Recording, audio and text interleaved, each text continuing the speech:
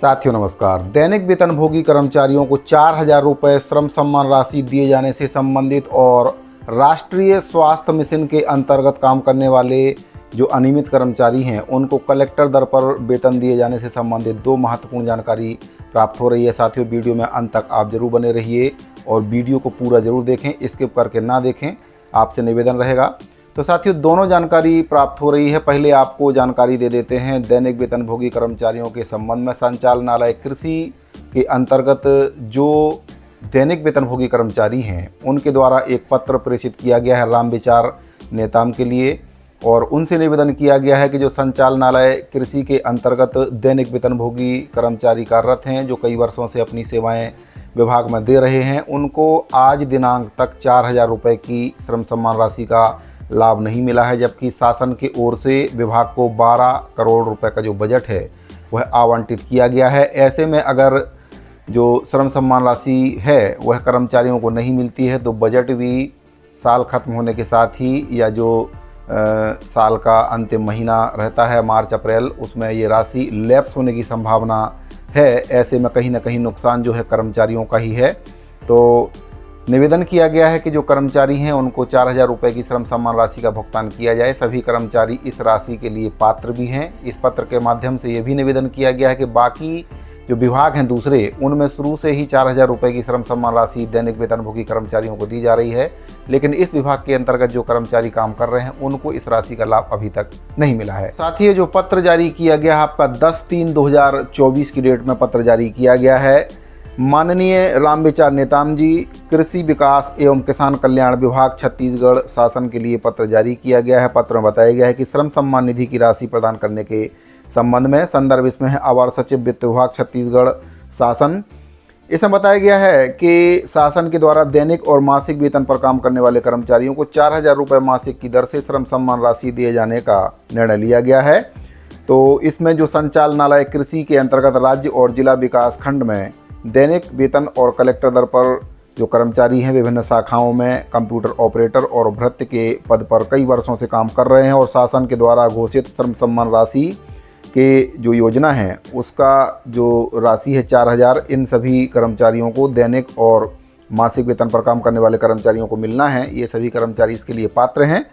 इसमें आगे बताया गया कि महोदय अवगत होना चाहेंगे कि विभाग के द्वारा संचालनालय कृषि को श्रम सम्मान निधि हेतु 12 करोड़ रुपए की जो राशि है वह स्वीकृति उसकी दी गई है, लेकिन आज तक इस राशि से जो श्रम सम्मान निधि है वह कर्मचारियों को प्राप्त नहीं हुई है, और अगर इस राशि का उपयोग नहीं होता है तो राशि का वित्तीय वर्ष समाप्ति पर लैप्स होने की संभावना भी है। जो जानकारी प्राप्त हो रही है जीवन दीप समिति के अंतर्गत काम करने वाले जो अनियमित कर्मचारी हैं उनके संबंध में जानकारी प्राप्त हो रही है। साथ ही आपको बताना चाहूँगा कि जीवन दीप समिति के जो कर्मचारी हैं उनको शासन के निर्देश के अनुसार कलेक्टर दर पर वेतन देने की जो बात है वह कही गई थी, उसके संबंध में पत्र भी जारी किया गया था।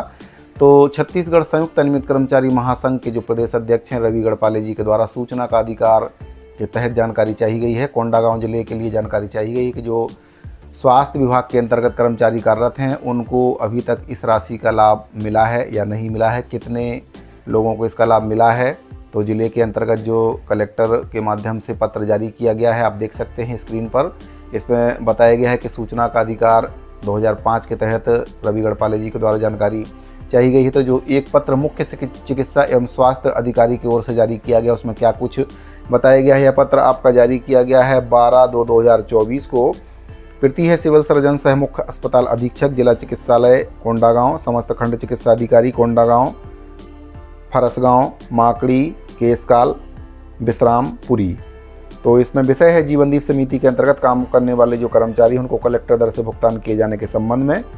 तो इस पत्र के माध्यम से बताया गया है कि कार्यालय कलेक्टर कोंडागांव के द्वारा श्री रवि गढ़पाले प्रदेश अध्यक्ष छत्तीसगढ़ संयुक्त अनियमित कर्मचारी महासंघ छत्तीसगढ़ के आवेदन को इस कार्यालय को प्रेषित किया गया है, जिसमें जीवनदीप समिति के अंतर्गत काम करने वाले कर्मचारियों को कलेक्टर दर से भुगतान किए जाने के संबंध में पत्र प्रेषित किया गया है।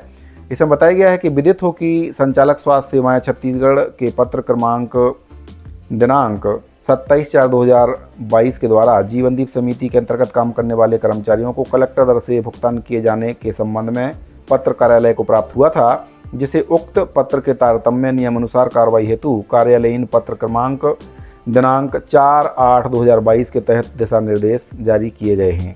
तो दिशा निर्देश जारी किए गए थे, लेकिन अभी तक जो कर्मचारी हैं उनको कलेक्टर दर पर वेतन का भुगतान नहीं किया गया, जिसके संबंध में जानकारी चाहिए गई थी। साथियों, जीवनदीप समिति के अंतर्गत जो कर्मचारी कार्यरत हैं उनको कलेक्टर दर पर वेतन देने के निर्देश प्राप्त हुए थे, तो उसी के संबंध में सूचना का अधिकार के तहत जानकारी चाहिए गई है कि जो कोंडागांव के कोंडागांव जो जिला है उसमें स्वास्थ्य विभाग के अंतर्गत जो जीवनदीप समिति के कर्मचारी हैं उनको जो कलेक्टर दर पर वेतन देने की बात है उसके बारे में जानकारी चाहिए गई कि उनको कलेक्टर दर पर वेतन का भुगतान किया जा रहा है या नहीं किया जा रहा है।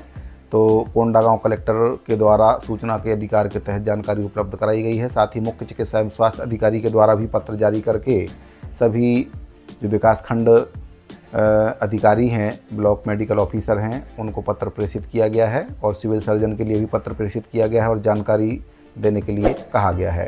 तो साथियों, 2 महत्वपूर्ण जानकारी प्राप्त हो रही थी। अगर जानकारी आपको अच्छी लगी हो तो वीडियो को लाइक कर दीजिए, चैनल को सब्सक्राइब नहीं किया तो चैनल को सब्सक्राइब कर लीजिए। मिलते हैं अगली वीडियो में, धन्यवाद।